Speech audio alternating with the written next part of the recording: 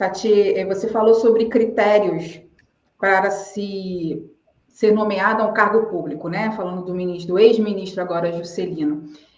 Em se tratando de cargos de governo, cargos do executivo, as trocas, as substituições acabam sendo muito políticas, né? No caso, Juscelino é do União Brasil. E está sendo ventilado um novo nome para assumir agora a pasta das comunicações. Você acredita que realmente há a possibilidade de ser, nós temos a imagem aí, Pedro Lucas Fernandes, ele é o deputado federal e ele é maranhense, que vem a ser o quê? O reduto do nosso ministro do STF, Flávio Dino, ex-ministro da Justiça, veja bem, né? Tudo flui, né? E ele é um apadrinhado político do Flávio Dino. E há no Congresso conversas de bastidores, conversas de corredores de que Flávio Dino venha a ser, na verdade, o verdadeiro dono dos Ministérios das Comunicações. Faz total sentido. Você quer terminar? Desculpa. Sim, não, pode falar, pode ir. Faz total sentido. Para quem talvez não entenda, essas conjunções políticas, sobretudo de governos que acaba sendo eleito com uma dependência muito grande de partido político, e não tem jeito. Eu vou ter que sempre comparar com o presidente Bolsonaro. Por que o Bolsonaro teve a autonomia de escolher ministros segundo a sua capacidade técnica e de entrega? Porque ele foi eleito sem dever nada a ninguém. Eram 6 segundos de televisão, não era isso? R$1,5 milhão, não era isso? Tinha, era pessoal fazendo campanha de maneira orgânica e todo mundo fez campanha, ele ganhou a eleição sem dever nada a ninguém, o famoso toma lá da cá, não teve apoio de partido.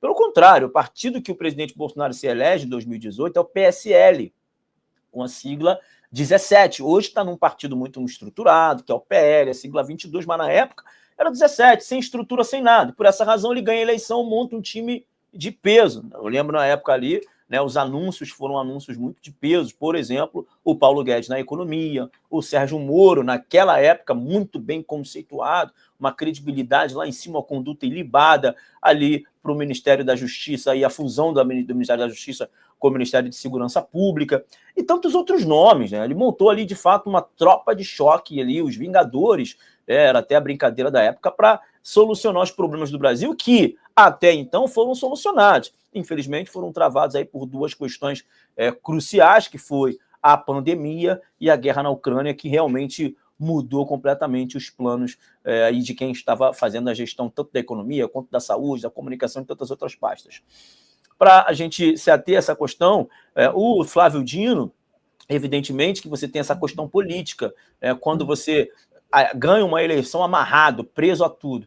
Essa eleição do Lula foi tão louca, mas tão complicada, que o seu maior inimigo, arqui-inimigo, que era o Geraldo Alckmin, foi o vice-presidente, né? Você lembra, todo mundo lembra aqui nos anos de 2014, 2010, ano de eleição, né? 2006, o quanto o PSDB, antigo partido de Geraldo Alckmin, era antagonista ao PT. Então eles antagonizavam o tempo todo. E agora você vê a junção deles em 2022, né? Óbvio que para não ficar muito feio, né? Então você tem o Geraldo Alckmin saindo do PSDB, indo para o PSB, né? Para fazer essa filiação ali no PSB e via vice-presidente do Lula. Então você tem uma concha de retalho. E para você atender a concha de retalho, você precisa dar ministério, você precisa dar espaço, vaga de trabalho. E é exatamente isso que acontece. O que está acontecendo, também a conversa de bastidor e interlocução, que há uma debandada dos partidos da base do governo hoje. Há uma debandada. E a gente está vendo aí justamente isso acontecer no Ministério da Comunicação. A gente não pode nem nominar, sai o nome tal. Não, sai o partido, que é o partido União Brasil, e agora entra um representante de outro partido. Ao que tudo indica, é que a falta de apoio está tão grande que essa sobra de ministério vai começar a ficar para quem já tem ministério ou então para um representante. Talvez por essa razão, seja por isso que esse apadrinhado do ministro do Supremo Tribunal Federal, Flávio Dino, ex-ministro da Justiça, esteja agora assumindo. É muito aquilo, ó, já que eu não tenho uma aliança partidária, está todo mundo demandando, eu tenho tantos ministérios, eu preciso compartilhar com vocês. Então, quem tem 2 vai para 3, e é evidente que eles não podem assumir diretamente, e aí começa a ir para os seus aliados políticos. É uma divisão de pizza, sendo que dessa vez, ao invés de ser fatiada em 8 fatias, que é o tradicional, está sendo fatiada a francesa, tá? E cada um está ficando com uma parte desses ministérios. E isso é ruim. Por que isso é ruim? Primeiro, o Estado fica gigante, o Estado fica pesado, a ineficiência vai a níveis estratosféricos e, evidentemente, que a corrupção também cresce com isso. Até porque o ano de eleição está chegando aí. E esses partidos, o modus operandi desses partidos é justamente fatiar no toma lá da cá os ministérios, a fim de que eles consigam fazer as operações para se sustentarem financeiramente, economicamente e com espaços de empregos para suas bases eleitorais em seus respectivos estados, a fim de se reelegerem no ano seguinte. Esse é o modus operandi. Isso é o governo do Brasil hoje. É isso que a gente vive hoje. Então, veja, mais uma vez, prova clássica. E se a gente levantar qual é a experiência dessa pessoa para o ministério, não vai ter nenhuma.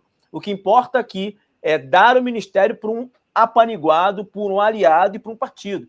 E esse está muito na cara, que é para o Flávio Dino, que já é ministro do Supremo Tribunal Federal, Monique.